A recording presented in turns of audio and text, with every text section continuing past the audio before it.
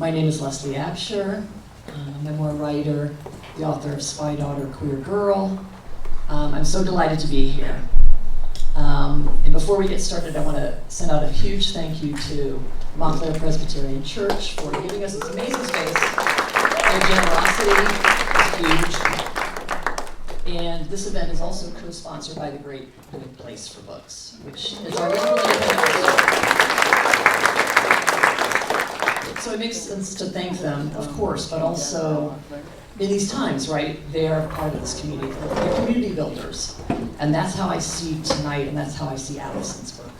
So I couldn't be more pleased, more ecstatic to be part of this circle that celebrates you, and that celebrates the publication of Hard Listening, her most recent collection of poems published by Wildhouse Publishing.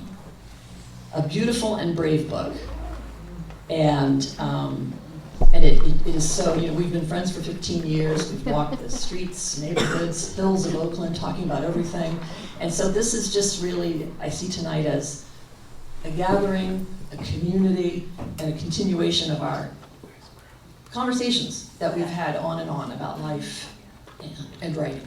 Alison Luterman was born in Lexington, Massachusetts. The oldest of 4 siblings.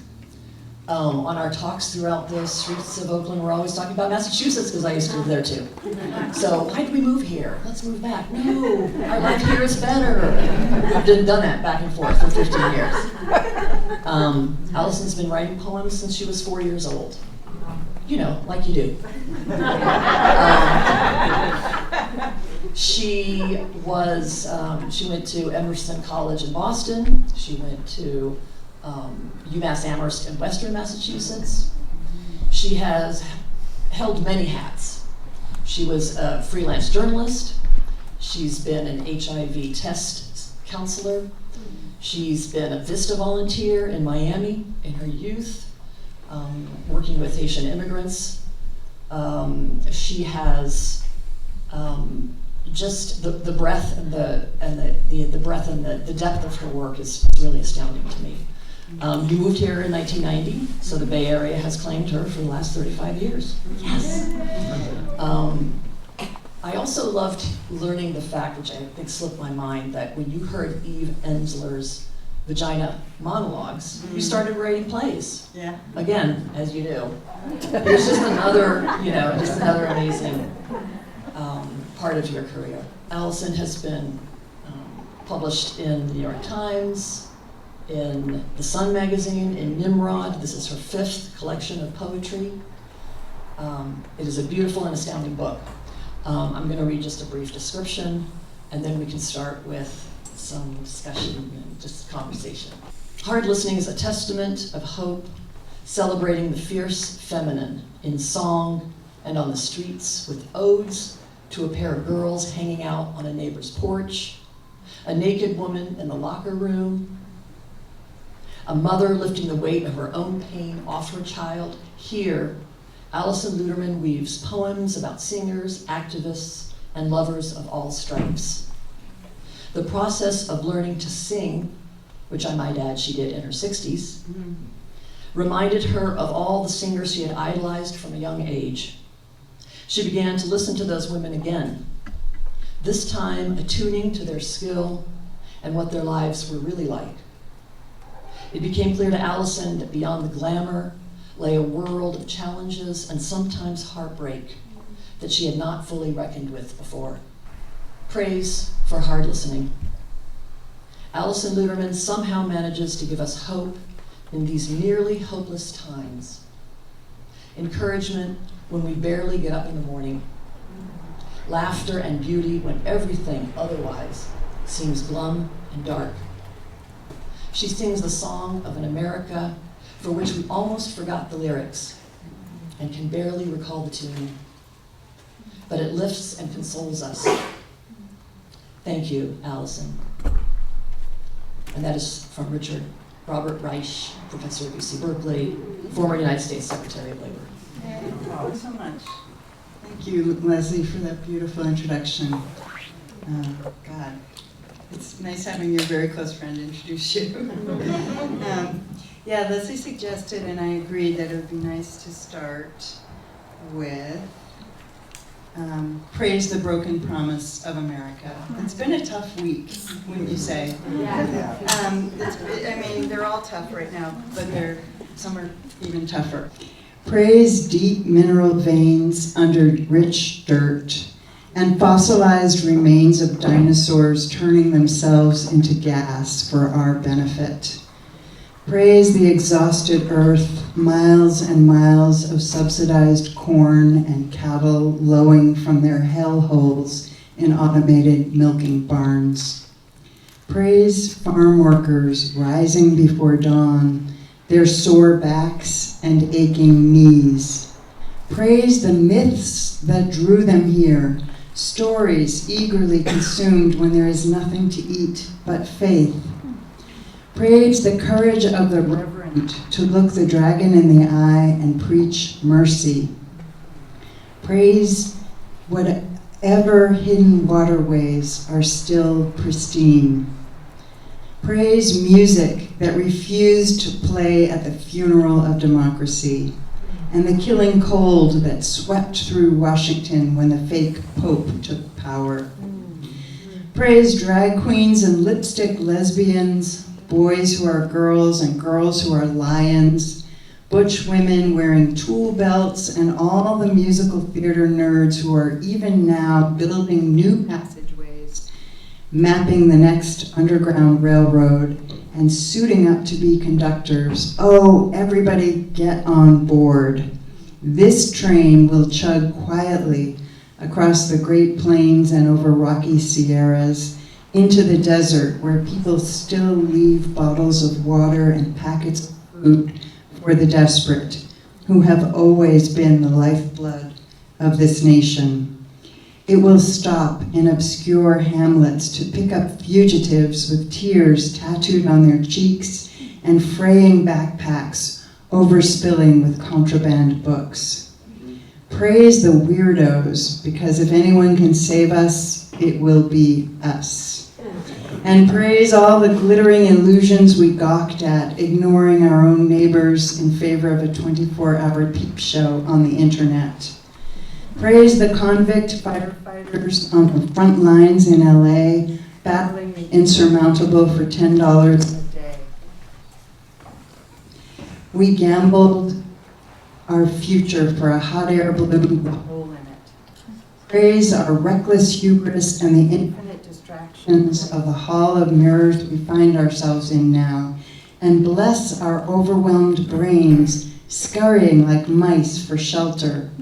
Bless our collective rage and protect the officers who stood up on January 6th and now see their attackers roaming the streets like rabid dogs. Ah, bless the animals we have always been in our coats and shoes and clumsy language. Bless our willful ignorance, so enormous, so world-altering, that, like the Great Wall of China, it can be seen from outer space, where the gods are shaking their heads even now, in pity and in awe.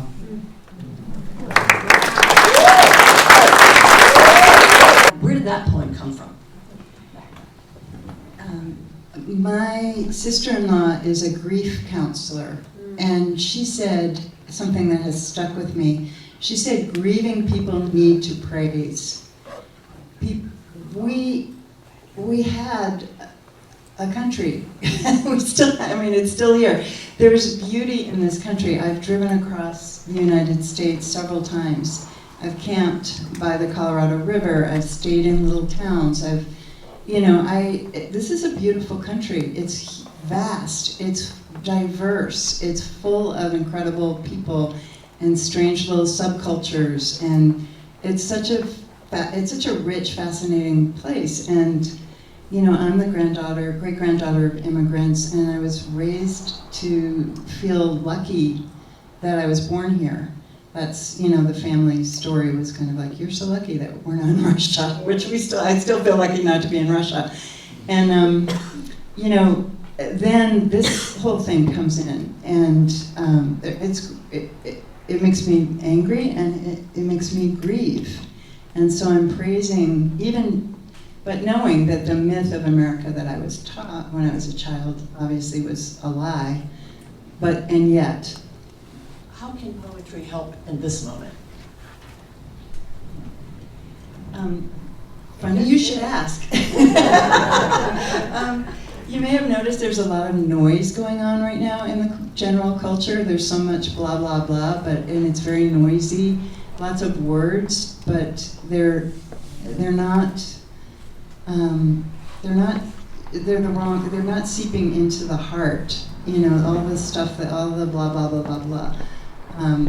And I am hungry for words that reach me on a deeper level. And I think a lot of people are hungry for art right now because, there's no shortage of verbiage, but it's not helping. And in fact, words are being abused a lot. So I feel like there's more need for poetry now than ever.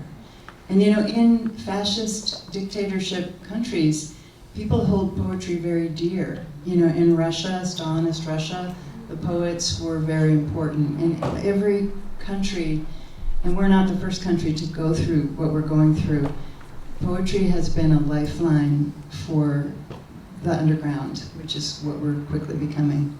In what ways is this book the book you wanted to write? Well, it's funny because I still feel like I need to keep writing of the divine. I'll never be done. But I think as I idolized all these women a lot, I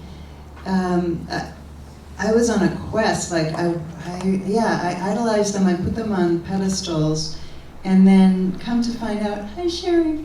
Come to find out they're just human women like me. And so it was a process of first admiring them and then learning to identify and that's the same thing with the divine feminine. First kind of trying to worship it from afar and then realizing, oh, it's inside of all of us. You're a trained singer now, you studied music. Where did that start for you? Did it start back then? I think it started when I was told that I couldn't sing. That's when it started, is like, tell me I can't do something. That started when I was younger than teenager, yeah, but I mean, I was off key. I still sometimes struggle with pitch, but I was enthusiastic. And then it was only, my voice teacher is here in the audience. I think I want to sing a poem for him, or mention him. So one of the things we've been working on a lot is the kind of smoothing out unintended vibrato. Like vibrato can be beautiful. That's the kind of, the warble. It can be great, but it should be controlled a little. My vibrato. My singing teacher says uncontrolled vibrato is insecurity wearing a frilly blouse. He didn't actually say that, but like the upspeak of a nervous student peppering everything she says with kind of and He says commit to each note like you mean it, and I agree. I want to make a pure tone without apology or wavering or bleeding like a nanny goat, but oh, as I ascend past G and then A into the attic of my upper register, I feel things begin to throb, and not in a good way. Here comes my vibrato, like a teetering pile of red jello or a drunken ex-girlfriend at the wedding, smeared lipstick and too much perfume. And yes, I'm embarrassed to be wobbling around like a little girl wearing her mother's high heels. But doesn't everything on earth vibrate with a mortal shudder? Candle flickers, moonlight shivers the pond, and even long dead stars pulsate in their inky firmament. It's only the angels who do not sweat or bleed, whose pudenda are smooth as Barbie dolls, whom you'll find singing hosannas forever, each note steady as a laser beam, never trembling or flinching.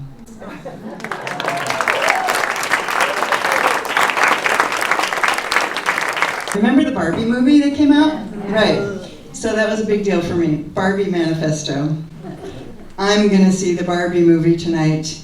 because I had a feminist mother who didn't buy us Barbies. And when I said I wanted to be a nurse, she said, "Why don't you be a doctor?" But I really did want to be a nurse because of the perky hats they got to wear, bobby pin to their sleek, shiny hair. And I'm going to wear pink to the Barbie movie, hot pink, the color of cheap candy, like the chalky sugar cigarettes we pretended to smoke with their fake red tips. And I'm going to squeal like a cheerleader on ecstasy. I'm going to be silly and girly and super excited and all the things you were never supposed to be, because doing anything like a girl, running or throwing or thinking or writing or talking, is the worst insult. An icky, sticky, oozing, bleeding, shrill, smelly, girly girl. It means you're not smart or cool. You cry when they throw footballs at your chest, which my boyfriend did in high school because he wanted to help me toughen up. It means you'll be laughed at and dismissed. So I've acted serious and intelligent and tough for about 1,000 years, just to prove them all wrong. But now I'm begging to be dismissed. Please, dismiss me, so I can lounge by the pool in a bright pink bikini while some Ken brings me drinks with little umbrellas. Because I'm tired of proving my point. I don't remember what my point is anyway. The point of this whole thing in the first place, men, women, who cares? I just want to hide under the bed with my best friend and a flashlight, constructing secret worlds we can live in forever. I want to grow old on planet Girl, painting each of my stubby fingernails a different color of neon. I have pretended I sprang full-grown from the forehead of my father, bristling with armor. I have worn olive drab and camouflaged the delight I once took in smearing myself with Vaseline and admiring my new little breast buds in the midnight mirror. I have done all the right things. I have feigned interest in what bored me.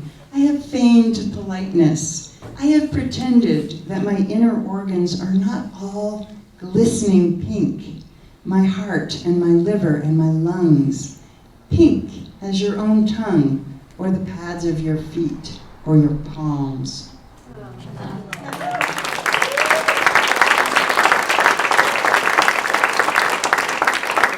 Seems like that poem's part of the divine feminine too. Absolutely. The fantasy of Barbie's life we all want. I wanted to know if one of the poems that I really loved the most in this collection was Access Road. And it begins the collection, it's the beginning poem, and it speaks to these times, and it just speaks to life. And it brings me such solace to read it. I don't know if other people feel like there's a life running alongside their so-called real life, like an access road runs alongside the main highway. It's funkier, lonelier. You didn't expect to find yourself on this one-lane frontage path. You kept thinking you'd get on the freeway any minute now, where you fondly imagined yourself doing 80, 90, hurtling down the untrammeled autobahn of free will. That was the life you thought would be yours when you were young and everything seemed laid out as at a picnic with red gingham tablecloths. But in your fantasies, you neglected to factor in the ants crawling up your legs, the way they tickle and sting, or the spilled juice and crumbled potato chips, and your beautiful mother young again and strong, yet anxious and discontent amid all that messy beauty. Because she too was always calibrating how reality didn't measure up to the story. So you've inherited her dilemma, what else is new?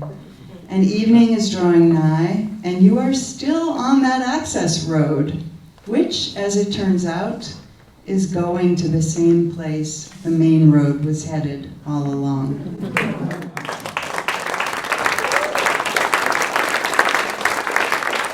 Yes. I have a comment more than a question, but I just really appreciate how your resilience is so infectious and is a gift to us all, and your positivity at a time when we all know things are so difficult, Yeah. and yet you give so much, and there's some, every poem you read was full of humor and laughter and reality. And I thank you for it. You're so welcome.